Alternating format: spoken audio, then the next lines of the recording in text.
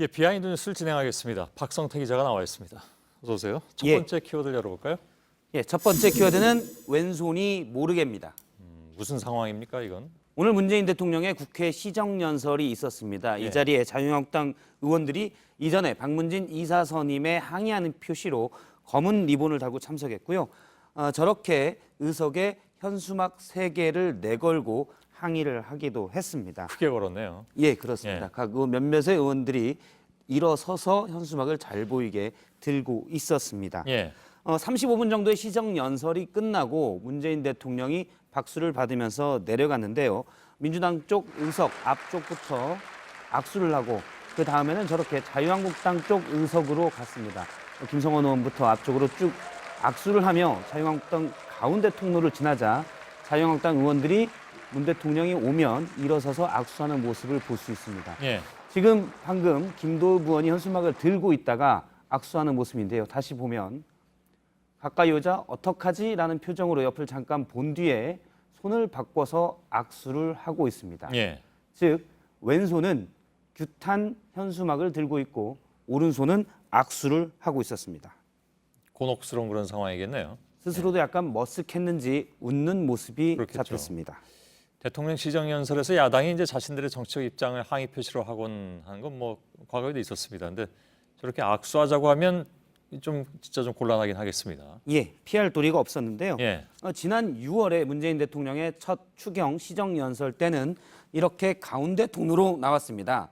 그래서 지금 한쪽은 민주당, 한쪽은 자유한국당이기 때문에 한쪽에 있는 의원들만 악수를 할 수 있었는데 이번에는 아예 자유한국당 의원들 의석 쪽에 있는 가운데 통로로 가면서 양측에 자유한국당 의원들과 악수를 하게 된 겁니다. 한 의원은 자유한국당 의원은 대통령이 이쪽으로 올 줄 몰랐다. 악수하자고 하는데 어떡하냐라고 소감을 얘기하기도 했습니다. 문재인 대통령은 야당 의석 깊숙이 가면서 여러 의원들과 악수를 했는데요. 친박 홍문종 의원이나 유기준 의원은 따로 찾아가서 저렇게 악수를 하기도 했고요. 바른정당 김무성 의원, 무소속 이정현 의원 등과도 다 악수를 했습니다.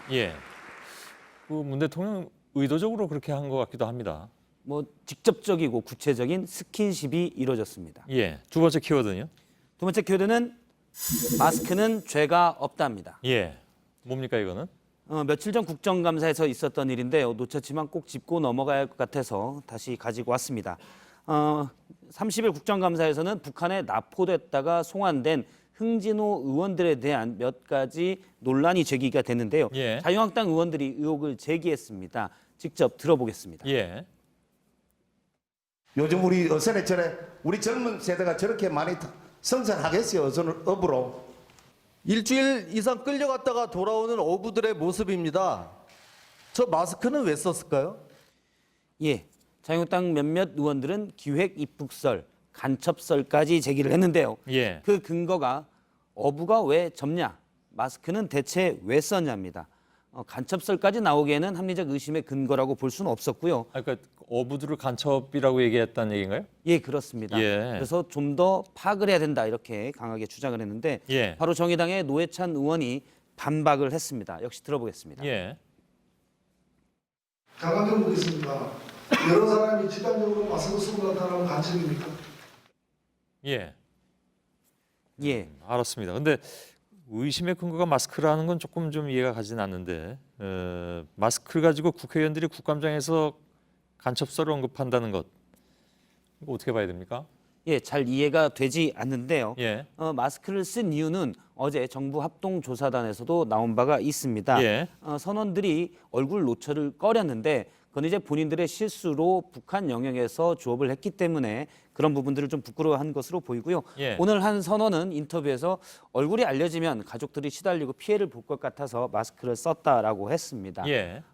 일각에서 사실 인터넷에서부터 뭐 무슨 간첩이나 기획 입국설이 나오긴 했는데 국회의원들이 이를 마스크나 젊다는 이유로 국감장에서 거론하는 것은 좀 무리가 있다는 지적이고요. 노회찬 의원은 이 때문에 마스크를 쓴 걸 가지고 간첩이라고 얘기하면 본인들이 집단적으로 마스크를 쓴 사람들은 따로 있다 이러면서 얼마 전 자유한국당 의원들이 방송 장악이라고 주장하며 마스크를 쓴 사진에 대해서 이 부분을 시사하기도 했습니다. 예. 세 번째 키워드 보죠. 세 번째 키워드는 차은택의 눈물입니다. 예. 오늘 문학의 양태자로 불렸지만 최순실 씨 영향력을 이용해서 권력을 휘두다가 이권을 챙긴 차은택 씨가 구형받는 결심 공판이 있었습니다. 예. 5년 구형을 받았는데요. 최후 진술에서 차 씨는 직원 소개로 최순실 씨를 만나게 돼 여기까지 왔고 큰 사회적 물의를 일으켜 매일 무릎 꿇고 회개하며 참여한다며 선처를 호소했습니다. 예. 그래서 차은택 씨는 다 인정을 하긴 하네요. 예, 그렇습니다. 예. 그럼 뭐 선처를 호소한다고 했는데 그렇다고 처벌이 안 될 리는 없는 것 같고. 예. 차 씨는 실제 협박해서 광고회사 지분을 강탈하려고 했기 때문에 뭐 처벌은 분명히 피할 수 없을 것 같고요. 예. 어쨌든 말씀하신 대로 차 씨는 죄를 다 인정을 했는데 예. 이는 중요한 두 피고인의 입장과는 좀 배치되고 있는 모습입니다.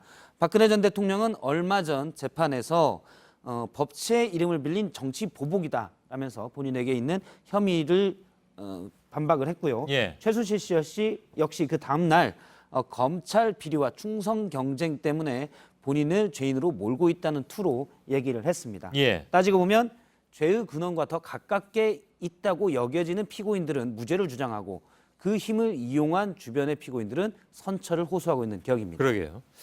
알겠습니다. 박성태 기자였습니다.